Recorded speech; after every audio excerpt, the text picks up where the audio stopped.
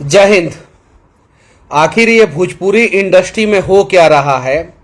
एक कलाकार जो है बार बार लाइव आके रोने को मजबूर क्यों हो जा रहा है? एक कलाकार ये क्यों कह रहा है कि मैं भोजपुरी इंडस्ट्री छोड़ दूंगा, और एक कलाकार का नाम रख के, उसकी बेटी का नाम रख के गाना गाया जा रहा है, और आज भोजपुरी इंडस्ट्री के ही कुछ लोग मजे ले रहे हैं।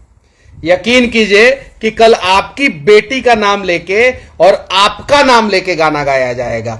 हालांकि खेसारी लाल यादव ने भी बहुत सारी लड़कियों का नाम लेकर गाना गाया है, ये बात सत्य है। उन्हें वो नहीं करना चाहिए था, लेकिन लड़की का नाम, उसके बाप का नाम लेके आज तक खेसारी लाल यादव ने गाना नहीं गाया है। हिंदी फिल्म में भी बहुत सारा ऐसा गाना बना है। हिंदी फिल्म में भी एक मोना डार्लिंग थी, तो क्या मोना नाम की सारी लड़कियां जो है डार्लिंग हो गई?